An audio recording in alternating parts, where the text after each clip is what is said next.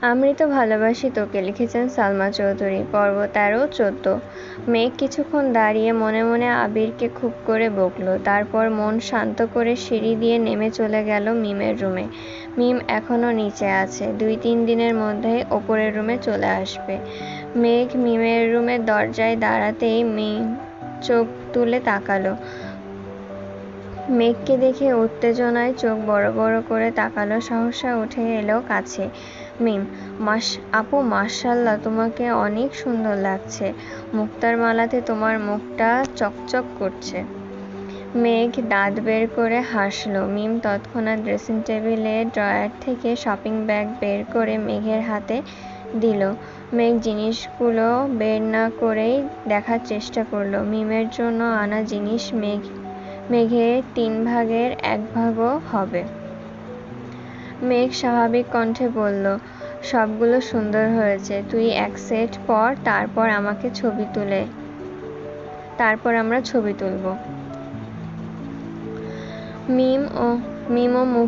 মিমও হাসি মুখে রাজি হয়ে গেল। মিম হালকা সাজুগুজু করে নিল। তারপর দুই বোন সোফায় বসে ছবি তোলায় ব্যস্ত হলো। ওদের হাসির শব্দ শুনে আদিও রুম থেকে ছুটে এসেছে। আদি সহ 3 ভাই বোন বেশ কিছু ছবি তুলল। তারপর ছবি দেখে খুনসুটি করতে লাগলো, কাকে কোন ছবিতে কেমন লাগছে এসব নিয়ে। আবির সিঁড়ি দিয়ে ব্যস্ত পায়ে নামছে। মেঘের চোখে পড়তেই আকস্মাৎ হাসি থেমে গেল মেঘের। মাথা নিচু করে বিড়বিড় করে বলল, তোরা রুমে গিয়ে পড়তে বস, আমিও রুমে চলে যাই। আবির দ্রুত পায়ে হেঁটে ডাইনিং টেবিলের কাছে এসে মাকে জিজ্ঞাসা করলো, আম্মু রান্না হয়েছে? মালিহা খান, হ্যাঁ, রান্না শেষের দিকেই। খেতে দিব তোকে? আবির, হ্যাঁ। ওইদিকে মেঘ চুপচাপ সিঁড়ি দিয়ে উঠতে থাকে। বিকেলে আবির ভাই পড়া নিয়ে কথা শুনিয়েছে। এখনো আড্ডা দিচ্ছে দেখে নিশ্চয়ই মাইর দিবে, এ ভয়ে রুমে যেতে নেয় মেঘ। 4-5টা সিঁড়ি উঠল কি না আকস্মাৎ আবির ডেকে উঠল, মেঘ এদিকে আয়। আবির ভাইয়ের কথায় থমকে দাঁড়ায় মেঘ। মনে মনে আল্লাহ আল্লাহ করছে। ধীর গতিতে নিচে নেমে ডাইনিং টেবিলের কাছে আসলো। আবির পকেটে হাত দিয়ে টেবিলে হালকা ধাক্কা দিয়ে দাঁড়িয়ে আছে। দাঁড়ানোর স্টাইল দেখে মেঘ পুরোই ফিদা। অষ্টাদশীর মনের ভেতর ধুকপুক শুরু হয়েছে। মাথা নিচু করে দাঁড়ালো মেঘ। আবির গম্ভীর কণ্ঠে বলল, খেতে বস। মেঘ ভয়ে ভয়ে তাকিয়ে নরম সুরে বলল, খিদে নেই, পরে এতটুকু বলেই চোখ পড়ল আবির ভাইয়ের চোখের দিকে। চোখ রাঙিয়ে তাকিয়ে আছে। মেঘের হাত পা কাঁপতে শুরু করেছে। আর কিছু বলার সাহস করল না। চুপচাপ চেয়ার টেনে বসে পড়ল। আবিরও এবার টেবিল ঘিরে নিজের চেয়ার টেনে বসল। মেঘের মাথা নিচু করে চুপচাপ বসে আছে। আবির একবার মেঘের দিকে তাকাচ্ছে, আবার ঘাড় ঘুরিয়ে রান্নাঘরের দিকে দেখছে। মালিহা খান আর হালিমা খান টেবিলে খাবার রাখতে ব্যস্ত হলো। আবির একটা প্লেটে ভাত দিয়ে এগিয়ে দিল মেঘের দিকে। ছোট করে বলল, নে খা।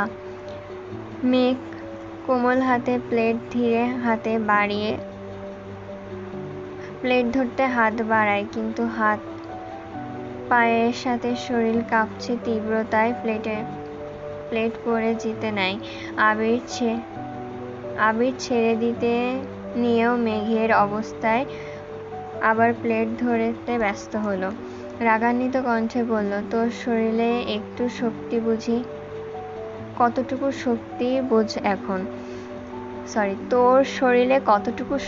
বোঝ এখন। হাত বাড়িয়ে মেঘের সামনে প্লেট রেখে নিজের খাওয়াতে মনোযোগ দিল। আবির ভাইয়ের কথায় মেঘ মাথা নিচু করে ছোট করে ভেঙচি কাটল আর বিড়বিড় করে বলল, আপনার সামনে আসলেই তো আমার সব শক্তি বিলীন হয়ে যায়, আমি কি করব? আবির তীক্ষ্ণ দৃষ্টিতে তাকালো মেঘের দিকে, কণ্ঠ দ্বিগুণ ভারী করে বলল, তুই কি ভাত খাবি নাকি থাপ্পড় খাবি? মেঘ আবির ভাইয়ের কথায় আঁতকে উঠল, আস্তে আস্তে খাওয়া শুরু করে। মেঘের এই ধীরস্থির গতিতে খাওয়া দেখে আবির বেশ কয়েকবার তীক্ষ্ণ দৃষ্টিতে তাকিয়েছে, কিন্তু কিছু বলছে না। নিজের খাওয়া শেষ করে বেসিন থেকে হাত ধুয়ে এসে পুনরায় চেয়ারে বসল।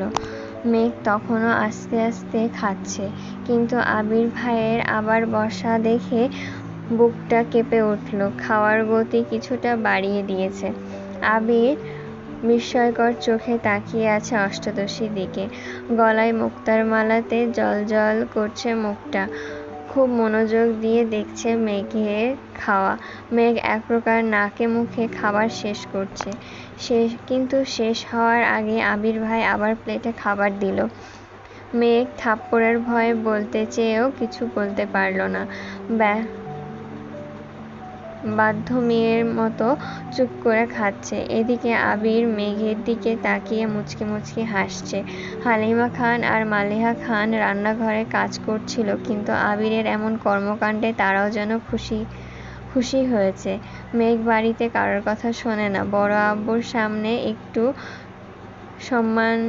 সম্মানার্থে লক্ষ্মী মেয়ের মতো থাকে। তাছাড়া বাবা মা কাকিমণি কাকাইয়া কারোর কথা শোনে না।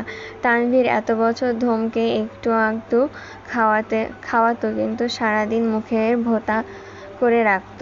তানভীর সারাদিন শেষে রাতের বেলায় বোনের জন্য এটা সেটা কিনে এনে বোনের রাগ ভাঙাতো। এত বছর পর আবির ভাই যেন দ্বিতীয় ব্যক্তি যে মেঘকে শাসন করে, জোর করে খাওয়ায়, আর মেঘও যেন বাধ্য মেয়ের মতো সবকিছু মেনে নেয়। তানভীর ভাইয়ের সামনে তেজ দেখালেও আবির ভাইয়ের সামনে মেঘ একেবারেই নিশ্চল হয়ে যায়। মেঘের দুর্দশা দেখে মালিহা খান রান্নাঘর থেকে বলছে, মেয়েটাকে ছেড়ে দে বাবা, আর খেতে পারছে না তো। মেঘ গম্ভীর কণ্ঠে বলল, ও যদি ঠিকমতো খেত তাহলে আমার এভাবে বসে থেকে ওকে খাওয়াতে হতো না। কেউ আর কোনো কথা বলল না। মেঘ চুপচাপ খাওয়া শেষ করল। মেঘের খাওয়া শেষ হওয়া মাত্রই আবির উঠে বের হয়ে গেল বাড়ি থেকে। মেঘ নিষ্ফল তাকিয়ে রইল কিছুক্ষণ দরজার দিকে, তারপর উঠে নিজের রুমে চলে গেল। একটু রেস্ট নিয়ে পড়তে বসল। রাত 12টার ওপরে বাজে। মেঘ পড়ছে, কিন্তু আবির ভাই এখনো আসছে না। চিন্তা লাগছে মেঘের। বারবার উঠে বারান্দায় যাচ্ছে মেঘ। তানভীর ইদানিং খাওয়া দাওয়া বাদ দিয়ে কাজ করছে।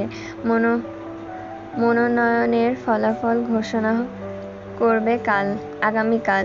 কারোর চোখে ঘুম নেই। দল থেকে মনোনয়ন পেয়ে গেলে আলহামদুলিল্লাহ, তারপর প্রচারণা চালাতে হবে। তারা কোনোভাবেই আজ রাতে তানভীরকে ছাড়ছিল না। গোপন মিটিং চলছে এমপির বাড়িতে। রাজনৈতিক মিছিল থেকে ভাইকে আনতে বাধ্য হয়ে আবিরকে যেতে হলো। এমপির বাড়ির হলরুমে মিটিং চলছিল। আবির এমপির বাড়ির সামনে বাইক থামিয়ে হলরুমের দিকে যেতে নিলে পথে আটকে দাঁড়ায় এমপির মেয়ে। আবির চোখ গোল গোল করে তাকালো মেয়ের দিকে। রাশভারী কণ্ঠে বলল, পথ আটকে দাঁড়িয়েছেন কেন? মেয়ে হাসি মুখে উত্তর দিল, আপনাকে আমার অনেক ভালো লাগে ভাইয়া, প্লিজ আপনার নাম্বারটা দিবেন? আবির কণ্ঠ দ্বিগুণ ভারী করে বলল, আপনাকে তানভীর বলেনি আমি একজনকে ভালোবাসি? মেয়ে এই কথায় পাত্তা দিল না। হাসতে হাসতে উত্তর দিল, আমি তো তানভীর ভাইয়ের কথা বিশ্বাস করিনি, উনি আমার সাথে মজা করছেন। আবির গম্ভীর কণ্ঠে বলল, তানভীর সত্যি কথা বলেছে। মেয়েটা এমনভাবে হাসছে যেন মনে হচ্ছে আবির জোকস বলেছে। আবির এবার দীর্ঘশ্বাস ফেলে রাগান্বিত কণ্ঠে বলল, শোনো মেয়ে, আমিও আবির অন্য কারোর মালিকানায় বন্দী। আমার জীবনের অস্তিত্ব জুড়ে শুধু তার রাজত্ব চলছে। এমপির মেয়ে অবিশ্বাসের চোখে তাকালো আবিরের দিকে, কোমল কণ্ঠে বলল, আপনি সত্যি সত্যি কাউকে পছন্দ করেন? আবির সহসা বলে উঠল, সে আমার পছন্দ বা ভালো লাগা নয়, সে আমার ভালোবাসা, আমি আমৃত্য ভালোবাসি তাকে। হায়, মেয়েটার চোখে টলমল করছে। এটা দেখে আবির এবার বিরক্ত নিয়ে বলল, শোনো, আমি শুধু তোমার মোহ, দুদিন পর সব মোহ কেটে যাবে। আর যে সত্যি সত্যি তোমার জন্য আসবে, সে তোমাকে কখনোই অজুহাত দিবে না। তার কাছে তোমার প্রায়োরিটি থাকবে সবার প্রথমে। যেমন আমার কাছে সর্বোচ্চ প্রায়োরিটি আমার প্রেয়সী। আশা করি তুমি আমার কথাগুলো বুঝতে পেরেছ। তাই ভবিষ্যতে এমন কোনো কাজ করবে না বা এমন কোনো কথা বলবে না যে কারণে তোমার এই পাগলামিগুলো নিয়ে আমার সিরিয়াস হতে হয়। ভালো থাকো। গম্ভীর কণ্ঠে কথাগুলো বলেই হলরুমের দিকে পা বাড়ালো আবির। পেছন থেকে এমপির মেয়ে ডেকে উঠল, সরি ভাইয়া, আর কখনো এমন হবে না। প্লিজ আব্বুকে কিছু বলবেন না, প্লিজ। আবির মুচকি হাসল। মেয়েটাকে যে তার কথা বোঝাতে পেরেছে এতেই ভালো লাগলো আবিরের। হলরুমে ঢুকেই সালাম দিল এমপিকে। আবিরকে দেখে হ্যান্ডশেক করলো এমপি। হাসি মুখে জিজ্ঞাসা করলো, কেমন আছো আবির? আবির স্বাভাবিক কণ্ঠে বলল, জি আলহামদুলিল্লাহ ভালো। আপনি কেমন আছেন? এমপি এবার চিন্তিত স্বরে বললেন, আলহামদুলিল্লাহ ভালো, তবে নির্বাচন নিয়ে একটু ঝামেলায় আছি। তা তোমার কোনো দরকার ছিল? আবির ঠান্ডা কণ্ঠে বলল, আসলে তানভীরকে নিতে এসেছিলাম। এত রাতে কিভাবে যাবে এর জন্য। এমপি আবারও হাসি মুখে বলল, মিটিং শেষ, খাওয়া দাওয়া করে চলে যেও। আবির বলল, আমরা খাবো না, অনেক রাত হয়ে গেছে, অন্য কোনো সময় খাবো। এমপিও আর জোর করলেন না। আবির তানভীরকে নিয়ে বের হলো বাড়ি থেকে। বাইকে আবিরের পেছনে চুপচাপ বসে আছে তানভীর। অনেকটা পথ যাওয়ার পর তানভীর ভয়ে ভয়ে বলল, ভাইয়া, এমপির মেয়ের সাথে দেখা হয়েছিল? আবির বলল, হ্যাঁ। তানভীর আস্তে আস্তে বলল, তাকে কি বোঝাতে পেরেছ? আবির গম্ভীর কণ্ঠে বলল, আমার বোঝানো তো বুঝিয়েছি, কিন্তু সে কতটা বুঝেছে এটা এখন মূল বিষয়। তানভীর আবার অভিযোগের স্বরে বলল, আমি কি করব বলো ভাইয়া? কোনো দরকারে এমপির সাথে দেখা করা, গুরুত্বপূর্ণ মিটিংয়ে সবকিছু এমপির বাড়িতেই হয়। আমার দেখা যায় প্রতিদিন অন্ততপক্ষে 2-1 বার এমপির বাড়িতে আসতে হয়। আর এই মেয়ে যেন বসেই থাকে কখন আমি আসবো, দেখলেই ছুটে আসে, তোমার কথা জিজ্ঞেস করতে শুরু করে। আমি কতবার বলেছি তুমি একজনকে পছন্দ করো, বিয়ে ঠিক। মেয়ে কোনো কথাই পাত্তা দেয় না। আমি এড়িয়ে গেলেও মেয়ে পথ আটকে দাঁড়ায়। এমপির চোখে এটা পড়লে তো আমাকে কালারিং বানাবে, ভাববে মেয়ের সাথে আমার কিছু চলে। এখন তো ঝামেলায় আমি ফাঁসবো, তাই তোমাকে বলছি। একদমে কথাগুলো বলল তানভীর। আবির স্বাভাবিক কণ্ঠে বলল, সমস্যা নাই, মেয়ে আশা করি আর কিছু বলবে না তোকে। তুই তোর কাজে মনোযোগ দে। তার মধ্যে বাসায় চলে আসলো দুইজন। প্রায় রাত 1:30। আবির ভাই বাড়িতে ঢুকলো, বাইক নিয়ে পেছনে তানভীর ভাইয়া।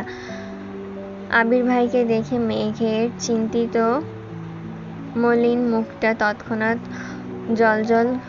জ্বলজ্বল করে উঠেছে। সেই 12টা থেকে অপেক্ষা করছে আবির ভাইয়ের জন্য। বারান্দায় দাঁড়িয়ে আকাশের তারাগুনে শেষ করে ফেলেছে মনে হয়, কিন্তু আবির ভাই আসছিল না। মেঘ দীর্ঘশ্বাস ফেলে প্রফুল্ল মেজাজে দেখতে লাগলো আবির ভাইকে। বাসায় ঢোকার আগে পর্যন্ত যতটা দেখা যাচ্ছিল, তারপর চুপচাপ শুয়ে ঘুমিয়ে পড়ল। সকালে আবিরের রুম থেকে বের হয়ে করিডর থেকে নিচে তাকালো। ডাইনিং টেবিলে মেঘ নেই। এত রাত করে ঘুমানোর জন্য মেঘ সকালে ঘুম থেকে উঠতে পারেনি। আবির মেঘের দরজা টোকা দিল। 2 বার শব্দ হলেও ঘুমের মধ্যে টলতে টলতে এসে দরজা খুলে দিল মেঘ। হাত দিয়ে চোখ কচলাতে কচলাতে তাকালো। সহসা অক্ষি যুগল বিপুল হলো মেঘের। আবির বিমোহিত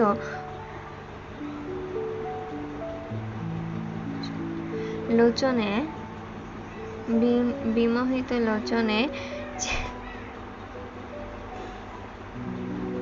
লোচনে মানে কি? আবির বিমোহিত লোচনে চেয়ে আছে অষ্টাদশীর মুখপানে। সদ্য ফুটে ওঠা পদ্ম ফুলের ন্যায় সুন্দর লাগছে মেয়েকে। খুব করে চেয়েছে দৃষ্টি সরাতে, কিন্তু পারছে না। আবির ভাইকে দেখে মেঘের বুকের ভেতর সেই টিপ টিপ আওয়াজ স্পষ্ট বোঝা যাচ্ছে। মেঘ মুখ ফসকে ডেকে উঠল, আবির ভাই। তৎক্ষণাৎ ঘোর কাটল আবিরের। কিছুটা নড়ে চড়ে উঠল। আবির ঠান্ডা কণ্ঠে শুধালো, এত রাতে বেলকনিতে দাঁড়িয়েছিলি কেন? আবির ভাইয়ের প্রশ্ন শুনে আঁতকে ওঠে মেঘ। আকস্মিক চিরচেনা গতরের কাঁপাকাঁপি তীব্র হয়ে উঠল। বুকের ভেতর হাঁসফাঁস শুরু হয়েছে।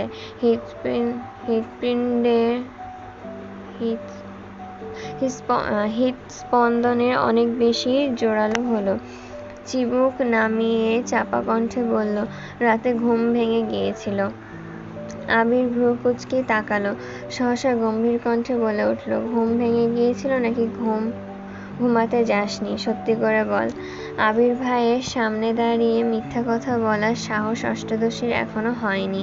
ভয়ে ভয়ে বলল, ঘুম আসছিল না। আবির এবার ভ্রু নাচিয়ে শুধালো, কেন? মেঘ আর কিছু বলতে পারছে না। মনে হচ্ছে কথা আটকে আসছে গলায়।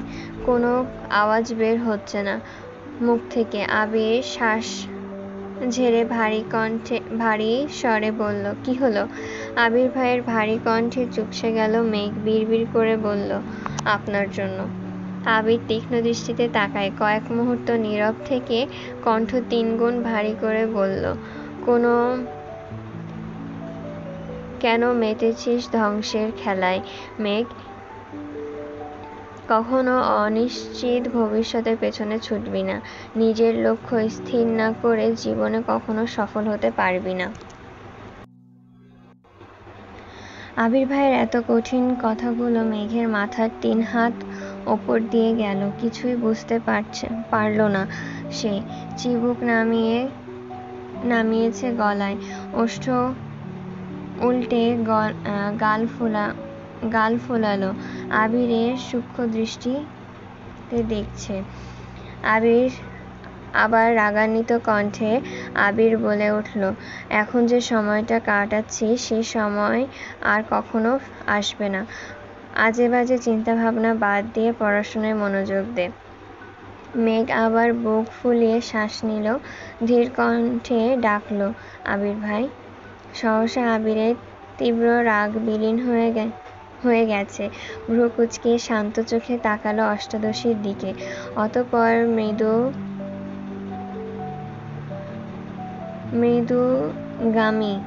মৃদুগামী কণ্ঠে শুধু বলল,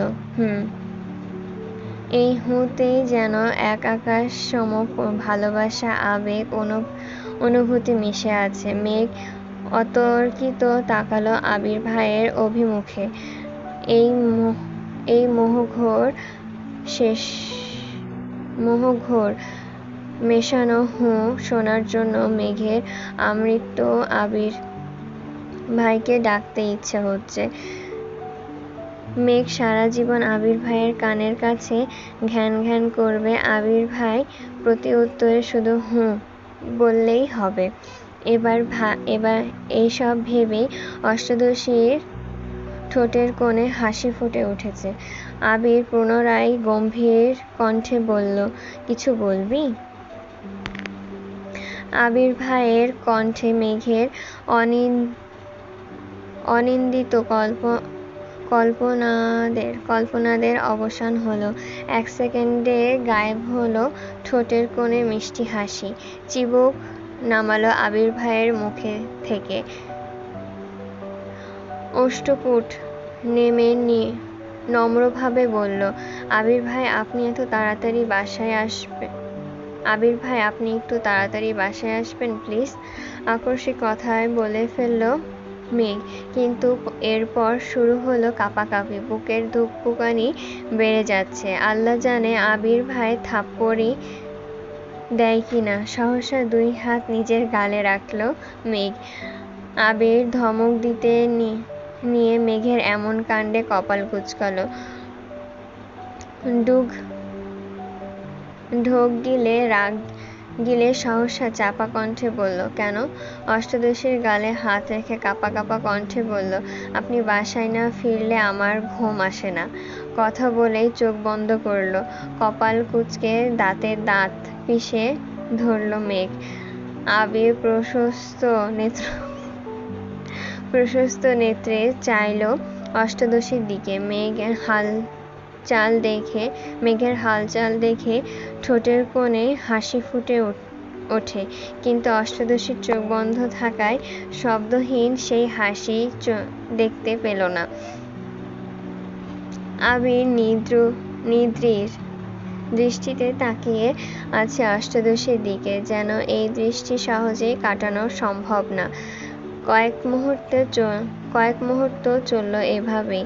কিছুক্ষণ পর আবিরের ফোনে কল আসায় মনোযোগ নষ্ট হলো। পকেট থেকে ফোন বের করলো। অফিসের কল। তৎক্ষণাৎ রিসিভ করলো। 30 সেকেন্ড হবে হয়তো, কথা বলে রেখে দিল। এতক্ষণে মেঘ কয়েকটায় স্বাভাবিক হয়ে গেল, কিন্তু গাল থেকে হাত নামায়নি এখনো। আবির কল কেটে পুনরায় শক্ত কণ্ঠে বলল, আমার তাড়াতাড়ি অফিস যেতে হবে। আমার খাওয়া শেষ হওয়ার আগেই তোকে যেন খাবার টেবিলে দেখি। এই কথা বলে করিডর দিয়ে পা বাড়ালো আবির। মেঘ পেছন থেকে কোমল কণ্ঠে আবার ডেকে উঠল, আবির ভাই।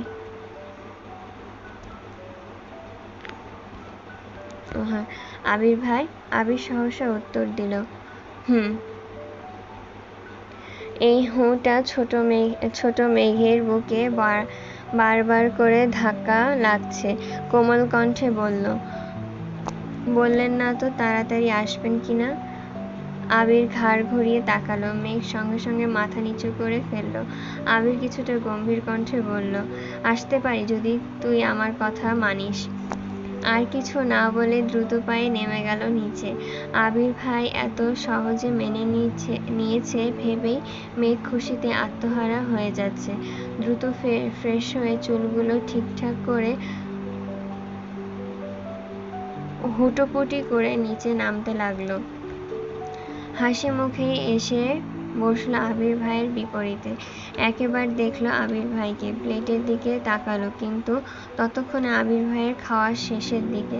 মেঘ খাওয়া শুরু করতে করতে আবির ভাই খাওয়া শেষ করে উঠে ফ্রেশ হয়ে অফিসের উদ্দেশ্যে চলে যাচ্ছে। মেঘ এক মুহূর্ত তাকিয়ে রইল আবির ভাইয়ের দিকে, তারপর স্বাভাবিক হয়ে খেতে শুরু করলো। আবির ভাইয়ের এত কথার মধ্যে হুঁটাই যেন বারবার কানে বাজছে মেঘের। সবগুলো কথাই মনে পড়ছে। খাওয়া শেষ করে রুমে গিয়ে শুয়ে শুয়ে আবির ভাইয়ের কথা ভাবছে। মেঘ মনে মনে নিজেকে প্রশ্ন করছে, সেই প্রশ্নের উত্তর নিজেই দিচ্ছে। সব শেষ প্রশ্নের একটাই উত্তর পেল। আবির ভাই চায় আমি ভালোভাবে পড়াশোনা করি, তার মানে এতে আবির ভাই খুশি হবেন।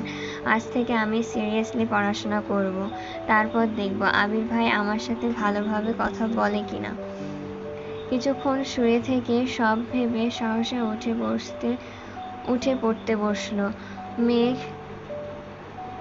সবসময় জোরে পড়ে। মেঘ পড়লে করিডর থেকে শোনা যায় সে পাশাপাশি তানভীর বা আবির ভাইয়ের রুম থেকেও মোটামুটি শোনা যায়।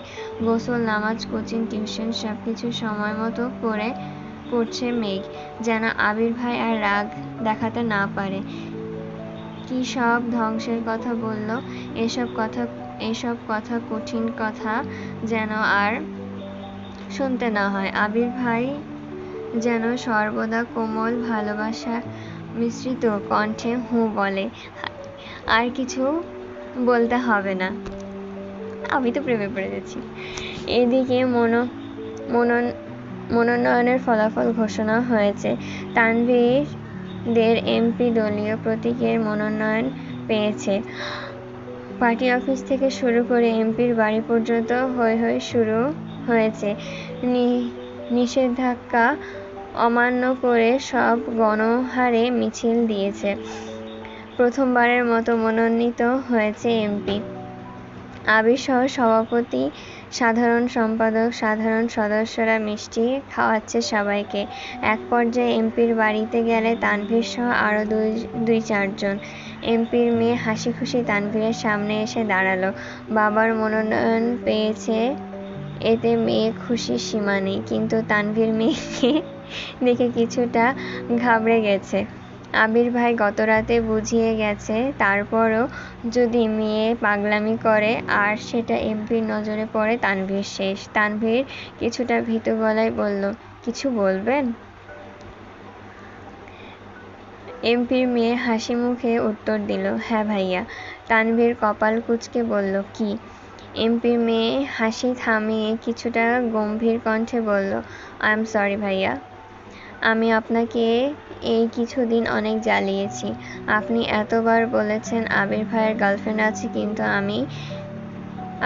আমি বিশ্বাস করিনি। গতকাল আবির ভাইও বলে গেছে ওনার জীবনে অন্য কেউ আছে।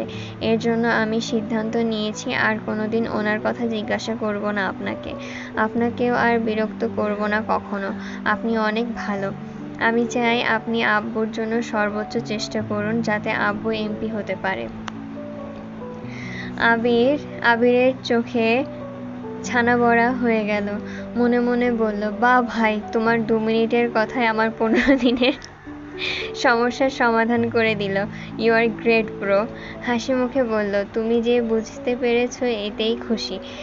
এইটুকু বলে মেয়ে থেকে বিদায় নিয়ে এমপির সাথে দেখা করতে চলে গেল। বর্ষাকাল শুরু হয়ে গেছে, কিন্তু এখনো বৃষ্টি শুরু হয়নি। আজ বিকেল থেকে আকাশে মেঘের গর্জন। মেঘ কোচিং শেষ করে বাসায় এসেছে। মেঘের গর্জনের শব্দে পড়তে বসতে ইচ্ছা করছে না, তাই বেলকনিতে দাঁড়িয়ে আছে। গোধূলির বেলায় টিপটিপ বৃষ্টি পড়া শুরু হয়েছে। মেঘ বেলকনিতে দাঁড়িয়ে রাস্তার মানুষের ছোটাছুটি দেখছে। সবাই ছুটছে নিজস্ব গন্তব্যে। মেঘ বেলকনি থেকে হাত বাড়িয়ে বৃষ্টি ছোঁয়ার চেষ্টা করছে। বৃষ্টির ফোঁটার স্পর্শে মেঘের সমস্ত অনুভূতিরা যেন অবশ হয়ে যাচ্ছে। হাত বৃষ্টিতে রাখতে কল্পনার জগতে বিচরণ করছে মেঘ। বৃষ্টি বাড়ার সঙ্গে সঙ্গে বৃষ্টির ছিটেফোঁটা মেঘের চোখে মুখে পড়তেই হুঁশ ফেরে অষ্টাদশীর। বেলকনি থেকে রুমে চলে গেল।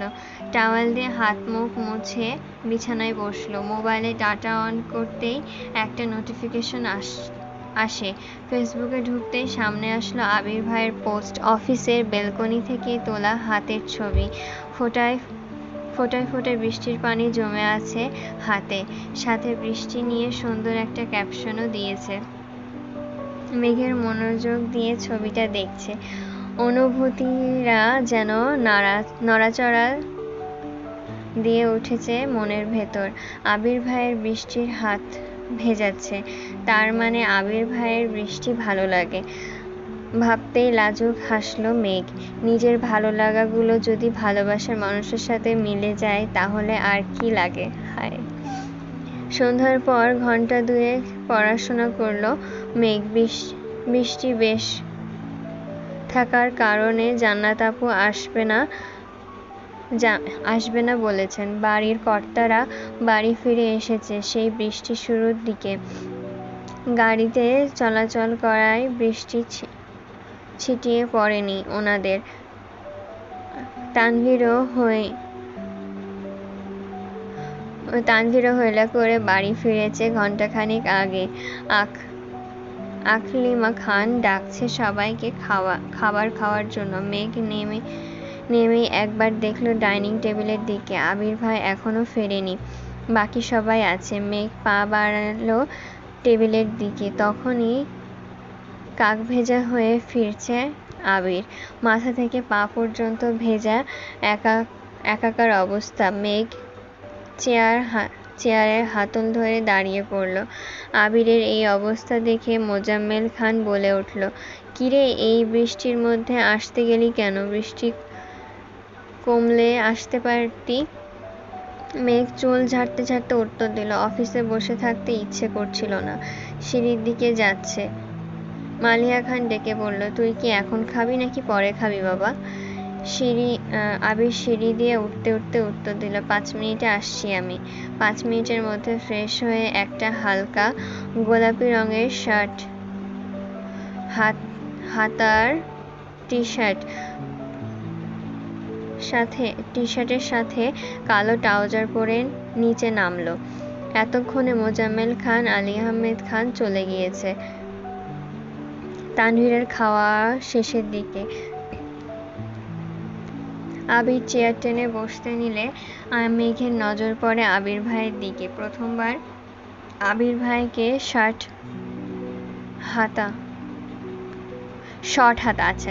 হাতার টি শার্ট পরেছে, তাও আবার সাদা কালো রং বাদে। মেঘ সশব্দে হেসে উঠল।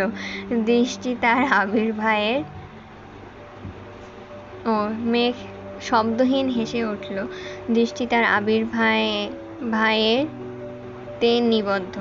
আবির বসে বলল, congratulation Tanvir, go away, best of luck. মেঘের দৃষ্টি আবার তানভীর ভাইয়ের দিকে যায়। তানভীর ভাই খুশিতে গদগদ হয়ে উত্তর দিল, থ্যাংক ইউ সো মাচ ভাইয়া। আবির আবার কিছুটা চিন্তিত স্বরে বলল, ওই বিষয়টা কি সমাধান হয়েছে? আবারও তানভীর হাসি মুখে জবাব দিল, জি ভাইয়া, আমার কাছে মাফ চেয়েছে। মেঘ মনোযোগ দিয়ে দুই ভাইয়ের কথোপকথন শুনছিল। সহসা উত্তেজিত কণ্ঠে বলে উঠল, কি হয়েছে? আবির মেঘের দিকে তাকিয়ে উত্তর দিল, তানভীরদের নেতা দলীয় মনোনয়ন পেয়েছে। মেঘও আবার খুশি মনে ভাইকে অভিনন্দন জানায়। সাথে সাথে মিম আর আদিও অভিনন্দন জানায়। মিম মজার ছলে বলে উঠল, ভাইয়া, আমাদের ট্রিট দিবা না? তানভীর বলল, কি ট্রিট চাস বল? মেঘ তৎক্ষণাৎ উত্তর দিল, এখন ট্রিট লাগবে না, জিতলে পরে বড় করে ট্রিট খাবো। তানভীর বলল, ঠিক আছে, আজকে তাহলে আমার পক্ষ থেকে তোদের নুডলস ট্রিট দিব রাত 10টায়। মেঘ উত্তরে বলল, তুমি রান্না করবা ভাইয়া? তানভীর দাঁত বের করে হাসল আর বলল, হ্যাঁ, আমি রান্না করব, সাথে ভাই থাকবে। আবির আকস্মিক কপাল কুঁচকে ঠাট্টার স্বরে জবাব দিল, ইস, তুই ট্রিট দিবি, আমি তোকে হেল্প করব। আনন্দ যেমন তুই করে আসছিস, এখন কষ্টটাও তোকেই করতে হবে। তানভীর ভ্রু গুটিয়ে এক পলক তাকালো আবিরের দিকে, তারপর বলল, ঠিক আছে, আমি করব। তোমাদের আমার রুমে দাওয়াত, রাত 10টায়। মেঘ, মিম আর আদিশ একসাথে বলে উঠল, ইয়াহু। তানভীর আঁতকে উঠে বলল, এই থাম, চুপ কর তোরা। বড় আব্বু আর আব্বু শুনলে সব আনন্দ মাটি চাপা দিয়ে দিবে। তিনজনই থেমে গেল। তানভীর খাওয়া শেষ করে উঠে গেল। মেঘ খাচ্ছে, সাথে আবির ভাইকেও একটু পরপর দেখছে। কয়েকবার দেখার পর হঠাৎ আবির চোখ তুলে তাকাতেই চোখাচোখি হলো দুইজনের। মেঘ তখনও শান্ত চোখে তাকিয়ে আছে। মেঘের চাউনি দেখে আবির কপাল কুঁচকালো, কিন্তু সেই দিকে নজর নেই। মিম আর আদি খাচ্ছে, তাই আবির কোনো কথা না বলে টানা 2-3 বার ভ্রু নাচালো। ততক্ষণে মেঘ আবেশ কাটে। লাজুক হেসে মাথা নিচে করে ফেলে। মেঘ মাথা নিচু করেই খাবার শেষ করলো। রুমে গিয়ে আবারও পড়তে বসলো মেঘ। আবির খাওয়া শেষ করে কিছুক্ষণ মা মামনি আর কাকিয়ার সাথে গল্প করলো। এত রাতে বাড়ি ফেরায় তাদের সাথে ঠিকমতো কথা হয় না ছেলেটার। গল্প শেষ করে নিজের রুমে যাওয়ার পথে কানে ভেসে আসলো মেঘের পড়ার শব্দ। মুচকি হেসে রুমে চলে গেল। রাত 10টার পর তানভীরের রুমের সামনে হাজির হলো মেঘ। বিছানার ওপর বসে আছে মিম আর আদি। তানভীর খাবার পরিবেশন করছে। মেঘ ঢুকতে নিলেই তানভীর বলে উঠল, বনু, বসার আগে ভাইকে একটু ডেকে আনবি প্লিজ। আর হ্যাঁ, জোরে ডাকিস না, আব্বুর কানে গেলে খবর আছে আমার। মেঘ মলিন হাসলো। মনের ভেতর ধুকপুক শুরু হয়ে যাচ্ছে মেঘের।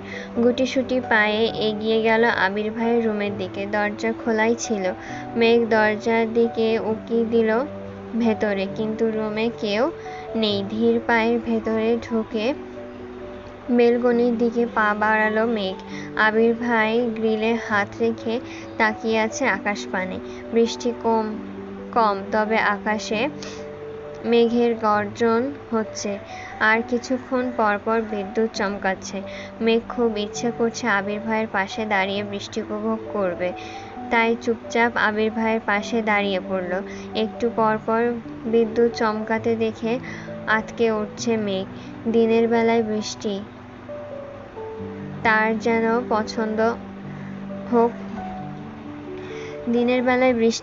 যতই পছন্দ হোক না কেন, রাতের বেলার বৃষ্টি হলে মেঘ কখনোই বেলকনিতে বের হয় না। শব্দের মাত্রা তীব্র হলে কানে আঙ্গুল দিয়ে ঘুমায়। আজ সাহস করে রাত 10টায় আবির ভাইয়ের পাশে তো দাঁড়িয়েছে, কিন্তু বিদ্যুৎ চমকানোর দেখে বারবার বুক কাঁপছে অষ্টাদশীর। আবির তখনও দুর্বোধ্য দৃষ্টিতে চেয়ে আছে অসীম দূরপানে। সহসা বলে উঠল, মনের জোর নেই তাহলে এখানে দাঁড়িয়ে আছিস কেন? মেঘ আবির ভাইয়ের দিকে তাকালো, কিন্তু আবির ভাইয়ের অভিব্যক্তি বোঝা গেল না। তাকিয়ে আছে আকাশপানে। মেঘ ভেবেছে আবির ভাইয়ের কি সব দিকেই চোখ আছে? মেঘ আস্তে আস্তে বলল, ভাইয়া ডাকতে বলেছে আপনাকে। আবির স্বাভাবিক কণ্ঠে বলল, তুই যা, আমি আসছি। মেঘ রুমে ঢুকতে নিতে ঠাটার শব্দ হয়, সাথে বিদ্যুৎ চলে যাওয়ায় চিৎকার দিয়ে উঠল। আবির 2 কদম এগিয়ে সহসা মেঘের হাত ঝাপটে ধরে বলল, কি হয়েছে, ভয় পাচ্ছিস? আবির পুনরায় বলল, তুই ভেতরে ঢোক, আমি আছি, ভয় পাস না। মেঘ 2 হাতে আঁকড়ে ধরল আবির ভাইয়ের হাত। গুটি গুটি পায়ে ভেতরে ঢুকল। আবির এক হাতে বিছানার ওপর থেকে ফোনটা নিয়ে ফ্ল্যাশ জ্বালালো। মেঘ তখনও শক্ত করে ধরে আছে আবির ভাইয়ের হাত। ফোনের আলোতে স্পষ্ট দেখা যাচ্ছে মেঘের ভয়ার্থ মুখমণ্ডল। কপাল কুঁচকে চোখ বন্ধ করে রেখেছে। আবির কোমল কণ্ঠে বলল, কিছু হয়নি, তাকা।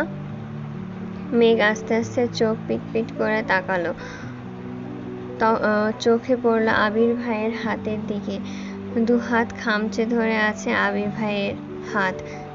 2 হাতে খামচে ধরে আছে আবির ভাইয়ের হাত। তৎক্ষণাৎ ছেড়ে দিল হাত। ততক্ষণে বিদ্যুৎ চলে এসেছে। মেঘ আর আবির ভাইয়ের দিকে তাকালো না, ছুটে চলে গেল রুমে থেকে। ধীর পায়ে ঢুকলো তানভীর ভাইয়ের রুমে। বিছানায় এক কোণে বসে পড়ল মাথা নিচু করে। 1 মিনিটের মধ্যে আবিরও রুমে ঢুকলো। তানভীর সবাইকে খেতে দিতে ব্যস্ত হলো। নুডলস, চা, বিস্কিট, সাথে মুড়ি মাখাচ্ছে। আবির তানভীরের দিকে তাকিয়ে ঠাট্টার স্বরে বলল, বাহ, এত আয়োজন, সাব্বাস। তানভীর হাসি মুখে বলল, খেতে ভালো না লাগলে কেউ অভিযোগ করবে না। সবাই খাওয়া শুরু করলো। মেঘের গলা শুকিয়ে কাঠ হয়ে গেছে, কোনোভাবেই খেতে পারছে না। কোনো রকমে চোখ তুলে তাকালো আবির ভাইয়ের হাতের দিকে, দেখার চেষ্টা করলো খামচিটা কতটা লেগেছে। আবির ভাইয়ের হাত ঘোরাতে চোখে পড়ল সে দাগ। 3 আঙ্গুলের নখের চাপে চামড়া কেটে রক্ত জমাট বেঁধে গেছে। মেঘ আবির ভাইয়ের হাতের অবস্থা দেখে ভ্রু কুঁচকালো। টলমটল করছে চোখ। নিজের প্রতি খুব রাগ হচ্ছে। বারবার দীর্ঘশ্বাস ফেলছে। আদি আবির ভাইয়ের হাত দেখে চিৎকার দিয়ে উঠল, ভাইয়া তোমার হাতে কি হয়েছে? সবার নজর পড়ল আবিরের হাতের দিকে। আবির এক পলক দেখল মেঘকে, তারপর স্বাভাবিক কণ্ঠে বলল, কিছু হয়নি, কোথায় লেগে কেটে গেছে।